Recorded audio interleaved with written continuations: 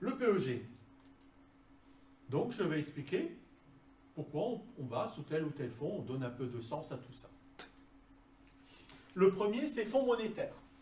Placement en toute sécurité, enfin c'est relatif à la sécurité, parce qu'avec la valeur de l'argent qui est négative, on peut perdre de l'argent, qui dégage une performance proche ou supérieure au marché monétaire. Fonds idéal pour protéger votre épargne en cas de déblocage dans un proche avenir. L'indice de risque est de 1/7. En général, on va sur ce fonds-là, quand j'ai prévu à 12 mois, déjà, vous voyez, on trouve quand même une certaine sécurisation, j'ai prévu d'accéder à la résidence principale, et ce capital que j'ai épargné, je ne peux pas me permettre de le perdre. Donc je transfère tous mes avoirs sur le monétaire, peu importe si les marchés font 5 ou 10%. Moi, mon objectif, c'est de ne pas perdre le capital. Je ne peux pas me permettre un crack boursier la veille que je débloque, parce que sinon, je ne fais plus l'affaire. Donc, on sécurise. 60% des salariés versent toute ou partie de leur intéressement sur le monétaire. Ça sous-entendrait que 60% débloqueraient dans l'année. Ou si la lecture des articles des journaux économiques disent qu'on a un crack prévu à brève échéance. Oui, ça fait 3 ans, hein. C'est une couverture. Ça va arriver. Non, mais Ça va arriver. On n'a jamais été aussi D'accord. Tout à fait. Hein, plus on s'approche, plus... Mais si vous écoutez certains économistes, ça fait 3-4 ans déjà. C'est dommage parce que ça fait 3-4 ans que vous perdez de l'argent. Un jour, peut-être, hein, parce qu'à force de crier au loup, hein, le loup arrivera. Mais qui sait quand? Aujourd'hui même, ça se dit encore, oui, mais si on ne change pas certaines règles, le crack va arriver, il sera plus dur et plus rude que 2008. Ouais. Pour l'instant, c'est pas arrivé. Voilà. Mais, voilà. Le cycle est long. Avant 2008, on avait un cycle financier, boursier qui était de 7-8 ans. Donc tous les 7-8 ans, on avait une petite crise qui régulait tout cet ensemble. Là, on est plutôt un cycle long. On n'est pas loin de 12 ans. Sauf que, dans mon intime conviction, ça fait plus de 20 ans que je sais dans l'épargne, que j'y suis avec les économistes et autres, je pense que la crise de 2008 a changé pas mal de règles. Et on ne peut plus rester sur les règles de l'ancien système. Certains n'ont pas intégré ça. Donc voilà, le débat est plutôt là. C'est quoi le système aujourd'hui après la crise de 2008? C'est comme la crise de 29, c'est quoi le nouveau modèle économique financier? Vous voyez? Et là, c'est très libre. il y a débat. Il y a débat. Si j'écoute un ancien ami que j'avais, Marc Toiti, économiste, qu'on entend parler à droite à gauche, lui, ça fait des années qu'il dit, ça y est, la crise est là. Très pessimiste. Je ne sais pas, il doit avoir un investissement sur les baisses, je ne sais pas qu'est-ce qu'il... Si je prends Philippe Wechter, lui, il est plutôt... voilà, il dit non, il n'y a pas de crise. Mais ça yoyote. Ça yoyote parce qu'on n'a pas beaucoup de visibilité, il y a des choses qui se passent, tout ça. Moi, je m'aperçois qu'on a une croissance qui redémarre malgré tout. L'emploi commence à revenir. On est encore dans la crise de 2008 sur l'emploi. Hein. 3 ans, les marchés financiers pour rattraper la crise, mais l'économie réelle, elle, il lui faut entre 10 et 15 ans. Donc je me dis que si la croissance, l'emploi revient, la dynamique revient, et c'est un problème de confiance, donc si on a confiance, je pense qu'on peut aller sur quelque chose d'intéressant. C'est la peur. Moi, des fois, j'engueule les gérants dans les conseils, je dis arrêtez de faire les moutons. C'est pas parce qu'il y en a un qui a dit quelque chose qu'il faut suivre. Parce que c'est justement en faisant le mouton qu'on fait les crises. La dégringolade, c'est ça, c'est la confiance. Par contre, si vous avez confiance, pourquoi il y aurait une crise? Alors on dit, oui, mais l'endettement des États est énorme. Ben oui, mais quand vous avez des taux très bas, ça serait idiot de ne pas s'endetter. Surtout à des taux négatifs. À des taux négatifs. Donc vous voyez, c'est à chaque situation, mais vous ne pouvez pas comparer une action aujourd'hui dans un contexte, il y a 15 ans de ça. Ça n'a pas trop de sens. C'est mon point de vue personnel. Hein. Mais voilà. Donc je suis, moi, personnellement, toujours investi sur des choses dynamiques. Ça, je peux le dire. Donc voilà. Alors, certains disent, oui, mais bon, moi je prends l'abonnement, c'est déjà très bien, ça a déjà fait 100% de l'intéressement, et c'est très bien. Vous voyez, il n'y a pas de bonne ou mauvaise, c'est simplement, c'est quoi la logique? Donc, si vous n'avez pas confiance sur les marchés, ben, vous pouvez aller à minima sur l'épargne obligataire. Placement qui concilie performance et sécurité, 75% au maximum du portefeuille est en obligation, au maximum 10% d'actions et solde monétaire. Là, fonds et gaz, vous cherchez la prudence, 18-24 mois, l'indice de risque est de 2 sur 7. Là, qu'est-ce qu'on lui demande à ce fonds-là? C'est, ah, écoute, bon, moi je suis obligé de mettre mon intéressement, c'est une obligation. Hein, je rappelle, l'intéressement, ça se place, on ne l'encaisse pas. Quelqu'un qui me dit, oui, mais bon, j'ai des problèmes financiers, il vaut mieux emprunter aujourd'hui à 2% que perdre 100% d'une valeur. Donc, l'intéressement, ça se place. Donc, je suis obligé de placer mon intéressement, j'ai l'abondement, mais je n'ai pas confiance sur les marchés. Donc, à minima, qu'on me donne au moins le livret A. C'est son rôle. Si dans la moyenne, j'ai le livret A, bah, je suis content. Pas trop de risques, un peu de rendement par rapport à l'inflation et autres. D'accord? Donc là, on va plutôt dans la prudence, une gestion prudentielle. Mais il y a toujours ce notion risque. Hein. En obligation, hein, je vous rappelle la crise de 2012, hein, la crise obligataire, et vous avez une part 10% en action, c'est le booster du fonds, mais c'est aussi la part risque. D'accord? Mais quand même maîtrisé parce qu'on a dit 2 sur 7. Puis vous avez j'épargne 2 diversifié. Là, vous optimisez la performance à 5 ans. Donc là, on est plutôt dans les critères de l'intéressement. 40 à 70% du portefeuille est en obligation, 30 à 60 pour les actions mondes et le solde au maximum 20% monétaire. Là, vous privilégiez davantage la performance. C'est un placement de 5 ans et plus. Il faut accepter une certaine irrégularité, d'accord, dans l'évolution de l'épargne. L'indice de risque est de 4 sur 7. Souvenez-vous, PERCO, hein. 4 sur 7, on est dans les caps 2028, 32, 34, 30, 26, je crois, de mes souvenirs. Et pourtant, on peut avoir des comportements différents. Et là, je suis à 50 plus. Là, vous assistez dans les grosses capitalisations internationales. Vous êtes essentiellement investi aux États-Unis, en Asie, en Europe, un peu en France. Aujourd'hui, avant, on disait, ouais, mais le G-P2, il fluctue comme le CAC 40. Sauf qu'aujourd'hui, c'est plus trop la vérité, parce qu'on va regarder le Dow Jones, le Nasdaq, le Nikkei, vous voyez, ces valeurs-là. On est vraiment dans la mondialisation. Mais vous voulez investir dans les grosses capitalisations boursières, vous allez sur ce fonds-là. C'est son rôle. Puis vous avez EGEPAN Action Croissance Euro. Là, vous assistez dans les PME françaises et européennes en croissance et créatrices d'emplois. Moyennant un certain risque, placement minimum 5 ans, 60% moins d'actions françaises de la zone euro, moins de 40% monétaire. Là, vous privilégiez nettement la performance et vous acceptez un certain niveau de risque. C'est un placement de 5 ans et plus. L'indice de risque, c'est 4 sur 7, pareil que le PEG. En 1998, la CNT était à l'initiative de ce fonds. Pourquoi? Parce qu'à l'époque, on disait, oui, mais on crée une plus-value au détriment de l'emploi. Et on a voulu démontrer qu'on peut faire de la plus-value en créant de l'emploi. Eh bien, c'est ce rôle de ce fonds. Donc, c'est AXA qui le gère. Et il a tellement bien fonctionné qu'en 2012, il a créé un fonds au niveau, à la maille européenne, Human Capital. Là, c'est la copie conforme de G-Pan Croissance. Une fois par an, on va contrôler les 60 entreprises qu'il y a dans le portefeuille. Et on va regarder s'il y a de la création d'emplois, du dialogue social, des GAPRO, du handicap, ces critères-là. Si elles détruisent l'emploi, même si elles fait 15% de rendement, elles sortent du portefeuille. Ce ne sont que des entreprises créatrices d'emplois. Vous voulez investir dans les entreprises créatrices d'emplois, vous allez sur ce fonds-là. Parce que je rappelle, hein, quand vous versez votre intéressement sur les parts, sur ces fonds, vous allez investir dans les entreprises qui sont derrière. Donc, c'est ça le lien. Donc, si vous voulez aller sur les entreprises créatrices d'emplois, donc vous allez sur ce fonds-là.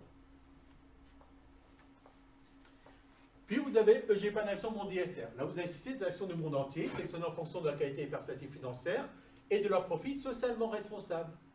En un certain sérieux risque, 100% d'actions internationales, 0,20% placement monétaire. L'indice de risque, on monte d'un cran, 5 sur 7. Là, on est comme le cap long terme de l'autre côté. Là, vous avez sur ce fonds, vous avez des valeurs socialement responsables. Vous voulez une société nouvelle. Fini le nucléaire. Je ne suis pas EDF. Tout le monde a la bicyclette. Les maisons en bois. Mais je vous rassure, hein, il n'y a que 90 à 95, il n'y a que 5 à 10% d'entreprises socialement responsables. Si c'était 100%, parce qu'on me faisait un don, parce que c'est de la recherche. Donc vous avez 90 à 95% d'entreprises qui ont une approche socialement responsable. Demain, je prends un exemple, si RTE mettait toute sa flotte de véhicules en électrique, et on a tous les bâtiments en basse consommation, on pourrait prétendre aller dans ce fonds-là, vous voyez, parce qu'on a une approche socialement responsable. Vous êtes sur ces valeurs-là, vous allez sur ce fonds-là. Vous voyez, le monétaire, on sécurise votre épargne dans un prochain avenir, à un an. EJ1, à minima, le livret A. EG2, c'est les grosses capitalisations internationales. Croissance, c'est les entreprises créatrices d'emplois.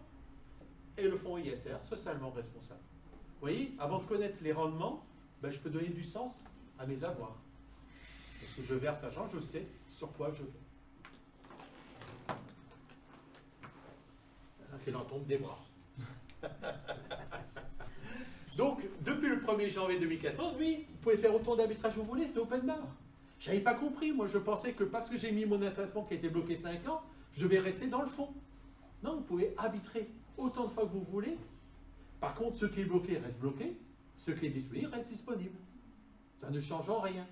Donc vous pouvez arbitrer autant de fois que vous voulez. Je peux ainsi dynamiser ou rééquilibrer vos placements ou encore réduire les risques. Je peux très bien dire qu'à 5 ans, je suis sur des fonds dynamiques, puis à 3 ans, je vais commencer à sécuriser, et la dernière année, sécuriser la totalité, parce que je sais que je vais prendre l'argent à la sortie. Vous voyez, vous pouvez réguler autant de fois que vous voulez, c'est gratuit. Pour vous montrer les rôles qu'a les conseils de surveillance, en 2014, j'étais président de GEPAN 2. Et à ce titre, comme tout président des fonds, on s'est réunis avec les employeurs, EDF et Engie, face aux banques. Et on a renégocié. C'est-à-dire qu'avant, on avait droit à un fonds par an gratuit. Et au-delà, c'était payant. Donc là, depuis 2014, open bar. La deuxième chose, c'est que lorsque vous investissez 1 euro, ben c'est 1 euro placé. Il n'y a plus de frais d'entrée. Avant, il y avait des frais. L'abonnement, il y a des frais, parce que ce n'est pas votre argent. Hein. Donc, il y a la CSG, CRDS, tout ça, vous avez un décalage. Et on a capé les frais de gestion. Ça a permis d'économiser 5 millions d'euros. 2,5 millions pour les entreprises et 2,5 millions pour vous, porteurs de parts, parce que c'est du rendement en plus. Vous savez combien représente l'épargne salariale dans les IEG, la masse financière? 7 milliards d'euros. Je vous rassure, j'en ai déjà 5. C'est pour ça que vous n'avez pas beaucoup. C'est énorme. Donc, quand on va négocier, on est 2 points. Donc, voilà le rôle qu'a les conseils de surveillance. Prélèvement ce je ne reviens pas, hein, ce fameux MIFIR française, puis à compter janvier 2018, hein, toute plus-value sera taxée au moment de la sortie. Les cas de déblocage, ben, il y a un peu plus, hein, acquisition de la résidence principale, surendettement divorce, l'invalidité, le décès, le mariage de Pax, naissance ou leçon du 3e enfant, création ou reprise d'entreprise et cessation du contrat de travail, qui est notamment la retraite. Vous voyez, sur le PERCO, la retraite n'était pas un cas de déblocage. Vous voyez, c'était disponible tout de suite. Là, c'est un cas de déblocage. C'est-à-dire que de l'acquisition à la création ou reprise d'entreprise, la règle, c'est dans les 6 mois du fait générateur, en une fois, tout au parti du montant, c'est-à-dire en clair. Je me marie le 1er juillet. Jusqu'au 1er décembre, il faut faire le déblocage dans le cas du fait générateur, donc dans les 6 mois. En une fois ou toute partie du montant, ben, si j'ai 30 000 euros et je débloque 10 000, je ne pourrai plus débloquer les 20 000 autres. D'accord? La cessation de contrat de travail, qui est notamment la retraite, eh bien, vous avez jusqu'à 2 ans par rapport au fait générateur. Si vous ne l'utilisez pas, parce que ce n'est pas une obligation, hein, eh bien, ça restera bloqué le temps nécessaire qui reste. D'accord? Et la valeur quotidienne, elle est, par contre, depuis le 1er janvier 2018. 1er février 2019, le PERCO. 1er janvier 2018, le PEG. Excuse-moi, mais si on arrive dans un de ces critères-là, bon, sauf le décès, parce que là on s'en fout, mais est-ce qu'on a intérêt à débloquer, même si on n'a pas besoin de capital? Alors, oui, si tu veux chercher l'abondement sur les versements volontaires. Ouais, ça. Dans ce cas-là, c'est une opportunité, je débloque la somme et je la réinvestis tout de suite pour avoir l'abondement qui est associé. D'accord. Voilà. Ça peut être. Si c'est pour prendre l'argent pour dire je prends et puis je mets sur livret A, Oui, non. voilà. Hein? Mais on peut débloquer qu'une partie. Ouais. Hein, on n'est pas obligé de débloquer la totalité. Tout ou partie. Ouais. Tout ou partie, mais une seule fois. Et tu ne peux pas la rendre disponible et ne pas la Non. retirer. Non. Oui, de toute D'accord. façon, si tu en prends une partie, il te donne ce qui est dispo. C'est pas Non, une non, partie. ça peut être bloqué. Non, ça a un déblocage. C'est pas Ouais. débloqué. Ce qui est disponible, c'est disponible tout le temps. Donc c'est Ah. uniquement les sommes Ah oui, bloquées. d'accord, ok. Mais il procède dans quel ordre? C'est une bonne question. Est-ce qu'il procède par C'est d'abord les les sommes bloqués bloquées. à 1 an ou il démarre par ceux qui sont bloqués à 5 ans? Alors c'est Si tu débloques 20% par exemple de ton ah capital. ben, c'est les sommes anciennes qu'on débloquera. D'accord. Ah. Ouais. On ne choisit pas par fond. Par Non, fond de placement. si, alors il faut être malin. C'est-à-dire on fait quelques arbitrages avant pour mettre le disponible d'un côté et le bloqué de l'autre, et après on débloque. Vous voyez, Débloque un fond. faut faire quelques arbitrages juste avant, quoi. Parce que sinon, si tu as 5 000 euros bloqués et 5 000 euros dispo, la première chose qu'on va enlever, c'est les dispos, quoi. Et après, on va enlever le blocage. Parce que c'est la concurrence, soit du montant, dans le cas de la résidence principale, hein, des apports ou autre. Donc, on enlève Et c'est pareil, quand tu fais un arbitrage, si tu fais qu'une partie, il va prendre celles qui seront disponibles le plus tôt, en fait. Oui, oui. C'est ça? Oui. Donc ça nécessite des fois de faire 2 arbitrages pour aller chercher des... Voilà, des sommes plus anciennes éventuellement. Et autres.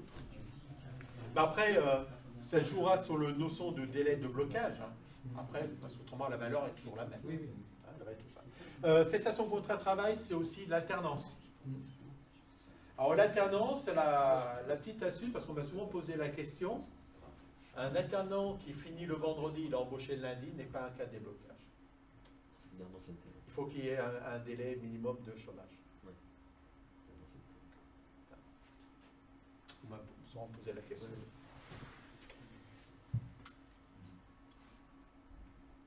Les rendements, là pareil, à aussi septembre, hein. J'ai pris ce matin sur le smartphone. Vous avez les fonds monétaires, obligataires, diversifiés, croissance, et c'est un indice de risque. 1, 2, 4, 4, 5, hein, pareil que l'ancien système, rappel du livret A, et tu vois, fameuse phrase, les performances passées ne prient pas les performances futures, prenez les ceintures, on va avoir l'habitude.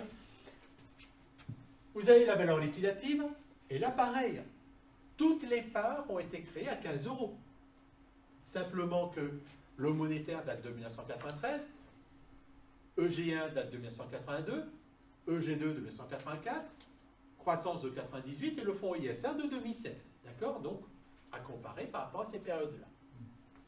Vous avez la valeur liquidative, la performance depuis le début de l'année, l'année 2018, 2017 et 2016. Puis après, vous aurez un tableau, quel est l'impact de la crise de 2018, excusez-moi, par rapport à vos investissements. Ouais. Je vous avais dit en début de réunion que quand on investit sur de long terme, il faut mieux aller sur des choses dynamiques que sécurisées. Eh bien, on va prendre l'exemple. Hein. Monétaire date de 93, croissance de 98. Donc on a à peu près la même période. À 5 ans près. Hein. Indice de risque 1, indice de risque 4. Donc on est plutôt en action ici que là. Eh bien, on est passé de 15 euros à 35. Et là, on est passé de 15 euros à 87. Vous voyez? Pourtant, il y a eu la crise de 98, de 99, de 2001, hein, la bulle Internet, vous vous souvenez? La crise de 2008, la crise de 2012, les obligations.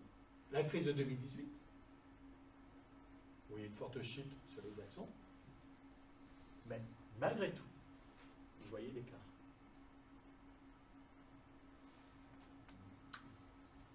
Alors, je vais vous raconter une histoire et après on va la mettre en application. Vous vous souvenez, le fonds ISA, je vous ai dit, ça a été créé en 2007. Le fonds ISA a été créé à 15 € la part. Donc, comme tout nouveau fonds, ben, les salariés ont acheté. C'est normal, parce que les organisations syndicales ont bien négocié. Sauf que Mandebol, en 2008, il y a eu crack financier. Et la part, elle a chuté de près de 50%. Qui a dit, mais qu'est-ce que j'ai acheté comme daube là? Pourquoi je ne suis pas resté sur EG1, EG2? Ça date depuis plus de 20 ans. C'est stable, c'est tranquille, et je connais les risques. Qui a vendu? En disant, on arrête les conneries, j'ai rien à la maison et tout ira bien. Qui a acheté? En disant, ben, après le mauvais temps, le beau temps. Ou qui a fait le dos rond en disant, bon, ben, tant pis, hein, on laissera passer la tempête et les jours seront meilleurs plus tard. Eh bien, ça, c'est la fameuse vague du comportement de près de 90% des Français. Vous repérez une part ou une action. Vous dites, si elle monte, c'est bon, il faut acheter. Elle baisse. Heureusement, ce n'était pas encore le moment. Elle remonte. Là, vous dites, bon, là, il y a un changement. Si ça monte vraiment, c'est que c'est bon, il faut acheter. Elle monte, j'achète. Elle monte. Vous avez vu, j'ai eu raison d'avoir acheté. Je le sentais. Elle rebaisse. Bon, c'est technique, tu vas voir, ça va remonter. Elle remonte. Tu as vu, je te l'avais dit. Je pensais être bon, moi, même. Elle rebaisse. Oh là là, mon macho dit, si ça chute trop, il vaut mieux couper un doigt qu'un bras. Ça baisse, c'est le vent. Ça baisse. Tu as vu? C'est autrement la cave. Ça remonte. Ah, tu ne tiendras pas. Je suis bon, moi, je suis un bon financier maintenant. Ça rebaisse. Oui, je t'avais dit. Faites pas confiance. Ça remonte. Ah, autrement situation, si ça monte, c'est que c'est bon, c'est porteur. Ça monte, j'achète. Et ainsi de suite. Mais ça, c'est le comportement de 90% de Français. On achète au son du canon et on vend au son du clairon. C'est quand ça ne va pas bien qu'on se positionne, quand ça va bien qu'on tire profit. Je reprends cet exercice-là. Fin 2018. Qui a acheté? Qui a investi fin 2018? Qui a dit, oh là, surtout rien mettre parce que ça baisse? Ben là, on est à 100% des Français. On le connaissait, le risque ici. Vous vous souvenez, c'était le dernier trimestre. Il y avait le Brexit. Il y avait la dette italienne. Les Italiens qui ne voulaient pas respecter le budget européen. Et il y avait la crise entre les Chinois et les Américains sur le commerce. C'est ce qui a fait baisser. Bon, on les connaissait, les causes. En début d'année, le Brexit a été reporté au 31 octobre. Les Italiens, ils ont dit, bon, ok, on va respecter le budget. En parenthèse, on savait qu'à l'été, en Italie, ça allait exploser, hein, l'alliance extrême droite et extrême gauche. Hein. C'est ce qui s'est passé, hein, fin août. Et il y a eu un réchauffement entre la crise chinoise et les Américains. On sentait un accord potentiel. Mais ça y est toujours, parce qu'aujourd'hui, vous voyez, les marchés bougent en fonction des accords qu'il pourrait y avoir ou pas. Et donc, ça a remonté. Et bien là, on était pareil dans un creux. Pourquoi au dernier trimestre 2018, la croissance a perdu 11 alors que c'est Europe-France et le 2 par exemple, il a perdu sur l'année que 3%. Parce que vous avez le Brexit là-dedans, et les Italiens, c'est quand même la troisième puissance économique européenne, l'Italie. Donc, deux critères qui ont fait baisser les marchés. Et le fait que l'Italie a dit oh, ben, je reviens dans le budget européen et les Anglais, on reporte le Brexit, a fait que ça remonte. Là, tu me diras, le monétaire a joué son rôle d'amortisseur, parce qu'il n'a baissé que de 0,28%. Mais vous voyez que le monétaire, si je compare à l'inflation, vous perdez de l'argent. Hein? C'est un amortisseur pour un délai bien donné, mais vous ne faites pas 5 ans, parce que c'est dommage. Enfin, c'est votre choix. D'accord? Là, on a pratiquement, vous voyez, rattrapé là, exponentiel. Là aussi, vous retrouvez sur le taux de change. L'euro-dollar, on est à 1,09. Donc chaque gain à ce niveau-là fait augmenter le taux ici. Parce qu'on est essentiellement aussi pas mal aux États-Unis et en Asie. Là. Donc je ne vous cache pas que moi j'ai appliqué la règle Aval, donc investi le 28 décembre et investi le 2 janvier. Profitez. Et puis nous dit. C'est l'inverse. D'accord, messieurs, dames, hein? Intégrez cette notion-là. Hein? Mais surtout, il ne fallait pas, c'est arbitrer ici. Hein? Sortir, hein? Parce que là, vous avez réellement perdu 11%. Quoi. D'accord? C'était plutôt de faire ça là, ou ça là, pour profiter.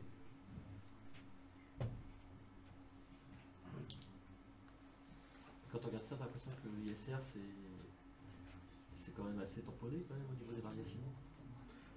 Ça peut... Oui, tout à fait. Curieusement, Il y avait... c'est risqué. Eh ben, l'indice de risque étant à 5, hein, Ouais. hein, donc on met...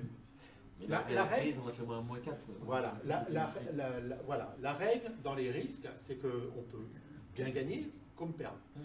Le problème qu'il y a eu en fin d'année, c'était essentiellement aussi européen. Donc c'est pour ça que Croissance a pris beaucoup une claque à ce niveau-là. Lui est beaucoup plus diversifié, parce que c'était la crise entre les États-Unis et la Chine, mais si je suis investi en Asie, hein, Il y ça a y plus à pense. comparer avec le G2. Quoi. Voilà. Ouais. Oui. L'indice est défini, quel que soit le classement. Si on va Oui. voir une autre banque, autre chose. Vous allez sur le site egepan.com, vous avez les fonds et vous avez une DICI, la DICI. C'est la carte d'identité du fonds. Et vous savez sur le risque, sur quoi vous êtes investi, sur quel secteur vous êtes investi. Donc avec ça, vous pouvez le comparer. En plus, une fois, vous avez aussi à chaque fois un rapport de gestion. Donc vous pouvez savoir qu'est-ce qui s'est passé durant l'année et sur quoi on a investi, sur quelle entreprise et autres. Et c'est qui donne la note de l'indice en fait? C'est la banque qui propose, qui dit... L'indice bah, voilà, non, l'indice de risque là? ouais, Ah non, c'est l'AMF. Hein. c'est l'AMF. Tous les 3 mois, on regarde le facteur risque qu'il peut y avoir. Donc ça peut varier. Hein. Ça peut des fois un peu varier. Mais en général, c'est quand même assez stable. Ça varie quand tu es vraiment ric-rac dans tes investissements et autres. Quoi. Mais non, c'est contrôlé tous les trimestriellement. Par contre, ton cadrage, hein, là, c'est ta note de création du fonds. C'est pour ça qu'avant, on appelait, vous vous souvenez, avant, c'était EGEPAN sécurité. Mais la valeur de l'argent pouvait être négative. Ben, l'AMF a dit, c'est trompeur vis-à-vis des porteurs de parts de dire que c'est sécurisé. Parce qu'il y a toujours un risque. Donc, on a dû modifier et mettre en monétaire. C'est pour ça que vous n'avez pas d'indice zéro. Le risque zéro n'existe pas. Pas les taux 2020. Les taux 2020, c'est important. J'aurais peut-être début octobre, parce que là, je pose toujours la question aux gérants. Je rappelle qu'en règle générale, 9 fois sur 10, vous avez le rallye boursier de fin d'année. Le rallye boursier. C'est-à-dire que c'est en fin d'année que ça monte pour les rapports de gestion. 9 fois sur 10. Ça, c'était la 10e fois. Donc on peut recommencer.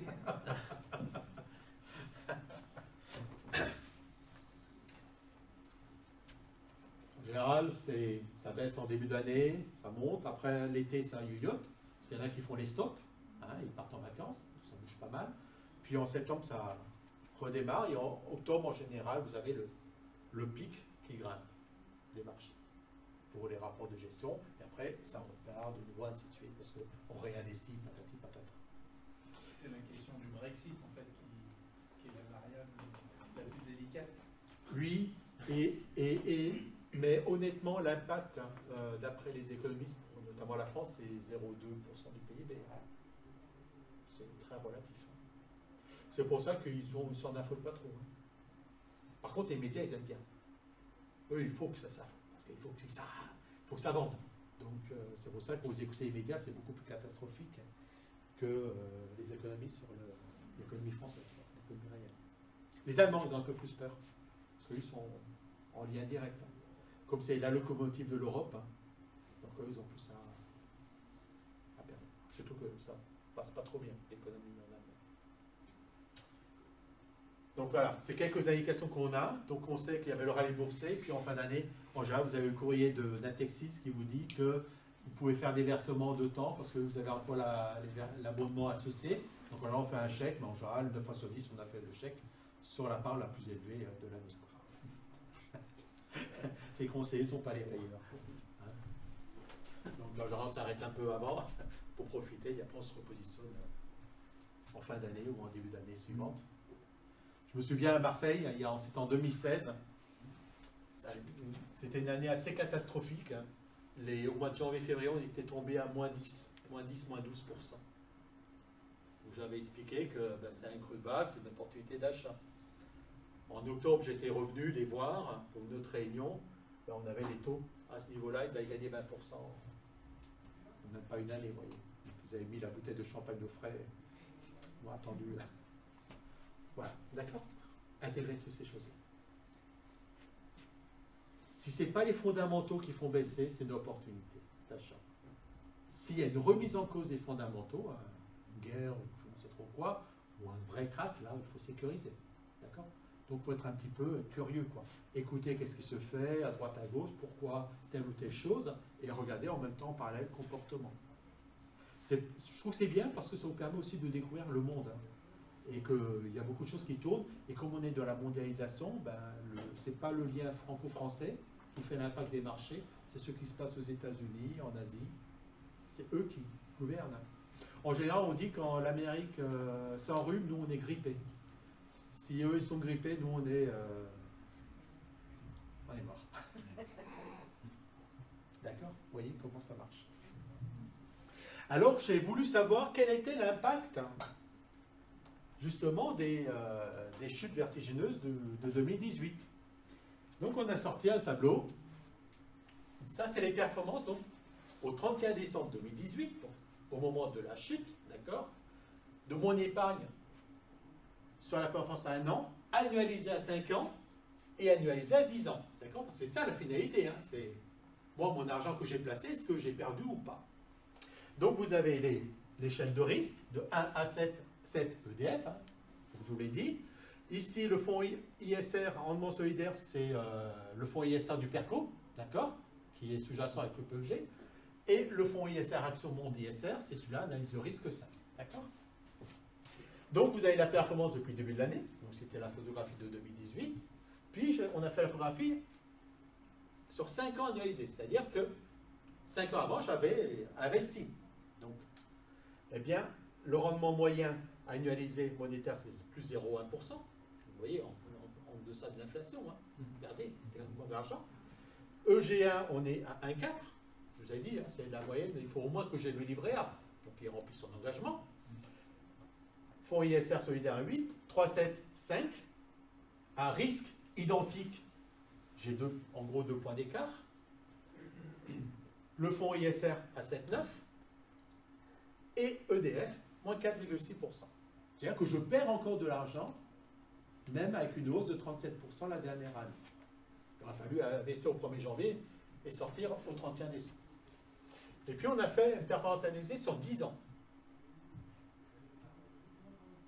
On est entre 0,5, 2,5, 3,4, puis on est à 6 et 9, indice de risque identique, 10% pour le fonds ISR, et toujours négatif, moins 4,5 pour les actions EDF. Vous savez, le PEG s'est bloqué 5 ans. Vous savez en gros quelle est la moyenne de placement dans le PEG des avoirs? montant. 15 ans. Non, en temps. C'est là qu'au bout de 5 ans, je pourrais retirer l'argent, hein, mais je ne retire pas. Et là, en moyenne, de l'ordre de 17 ans. 17 ans. C'est-à-dire que la plupart, au départ de carrière, investissent, prennent l'argent parce qu'ils ont de l'investissement à faire, immobilier, mariage, enfants. Mais à partir de 40 ans, tout le monde prépare sa retraite, plus ou moins, et prennent l'argent, et une fois qu'ils le suivent, le laissent. Mais c'est-à-dire qu'il n'y a pas d'autres placements autres intéressants. Ouais, Bien sûr, on les vend. simplement, Alors, avec ces taux-là. c'est clair que lorsque vous allez auprès de votre banque, et que votre banquier vous dit que vous avez de l'épargne, vous dit que vous avez de l'épargne salariale, eh bien il s'incline. Il n'y a pas meilleur que l'épargne salariale. Gardez-vous ça aussi à l'esprit. Hein. Il vaut mieux investir dans l'épargne salariale qu'auprès de la banque. Hein. Là, ne serait-ce avec l'abondement et autres. Parce que là, c'est net d'abondement. Ouais. Parce que si vous rajoutez les 100% d'abondement, sur l'intéressement et les versements volontaires qui font en gros plus de 50%, vos taux, ils explosent. Hein. D'accord, hein, c'est juste les rendements là. C'est pour ça que certains, que je ne suis pas d'accord avec, hein, qui vous disent « Ah, mais il ne faut pas investir plus que ce que l'abondement vous donne », bah, c'est un petit peu court, quoi. Parce que ça vous fait quand même des bons rendements, quoi. Donc, dire « Je n'investis pas plus que ce qu'il y a d'abondement et après je mets sur le livret A », il faut être un peu... Ouais, à la différence que le livret A, si on en a besoin dans l'année, on peut le prendre. Tandis que si on a placé tout là-dessus pendant 5 ans... Et Voilà, je suis on est totalement d'accord avec toi. C'est pour ça que les financiers disent optimal, de façon optimale. Dans le livret A, il faut que tu aies en gros, par exemple, 60%, entre 50 et 60% de ton salaire annuel. Ça, c'est pour le courant. Panne, changement, une voiture ou autre. Au-delà, tu peux mettre sur l'épargne salariale. Tu vois ? Quand je dis 50-60% sur le livret A, c'est livret A, Codévi, développement durable, ces choses-là. Mais c'est ça la règle. C'est justement pour dire, bah oui, mais si je reste bloqué 5 ans et que j'ai besoin, j'arrive plus à gérer. Et tout est relatif, hein, parce qu'avec des taux de crédit extrêmement bas, il vaut mieux emprunter aujourd'hui que utiliser l'épargne, quoi. Parce que l'épargne vous rapporte plus. Hein. Quand vous faites un crédit, j'ai vu encore aujourd'hui, hier, le Codévi, enfin, l'organisme de prêt, là, la tête verte, là. C'est bien. Qui prête à 0,4%. Sofinco. À 0,4% sur l'année, à 10 000 euros.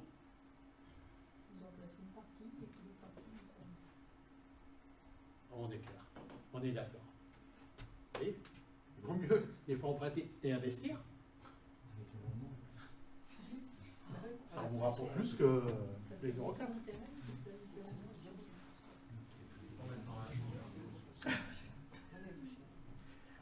Moi, je suis comptable de métier. On m'a toujours dit, c'est comme tout. Quand vous faites un crédit immobilier, par exemple, quand les taux sont très bas, vous allez le plus loin possible. Parce qu'avec l'inflation et l'augmentation de salaire, vous êtes largement gagnant. Quand les taux sont élevés, vous faites le plus court possible, hein, parce que ça vous coûte très cher. Donc ça, c'est les mêmes comportements. Hein. Quand vous avez des taux très bas au crédit, ne touchez pas l'épargne. Ça sera bien au moment où ça va commencer à coûter cher. Par contre, on peut exploiter ça différemment. Ce n'est pas forcément pour acheter un bien, mais on peut aussi investir. Vous voyez ?